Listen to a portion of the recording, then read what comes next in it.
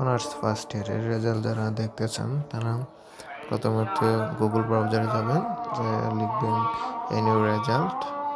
তারপর এখানে লিখতে পাবেন যে এনইউ অ্যাচিভ রেজাল্ট অ্যাচিভ, এখানে দেবেন। তারপর একটু অপেক্ষা করতে হবে, যেহেতু সার্ভার ডাউন। এখান থেকে আমরা আবার একটু চলে দেখতে পাচ্ছেন আমরা একটা পেজ পাইছি, এখানে লেখা আছে degree honours masters professional on compose.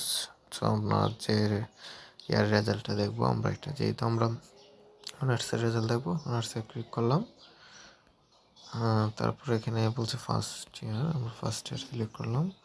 তারপরে এখানে একটু লোডিং হচ্ছে, আমরা তারপর এই ধরনের একটা পেজ আসবে। তো এখানে আপনার এক্সাম রুলটা দিয়ে দিবেন। আমি আমার এক্সাম রুলটা দিয়ে দিচ্ছি। তারপর রেজিস্ট্রেশন নাম্বার দিতে হবে, রেজিস্ট্রেশন নাম্বার দিয়ে দিলাম। তারপর দিতে হবে যে পাশের সন 2022।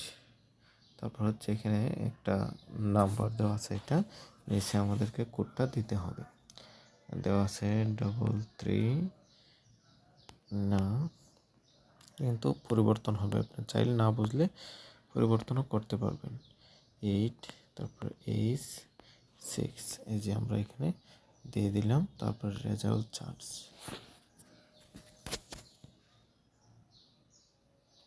একটা সময় অপেক্ষা করতে হবে, যেহেতু নেটওয়ার্কে প্রবলেম করছে, সো একটু অপেক্ষা করতে হবে।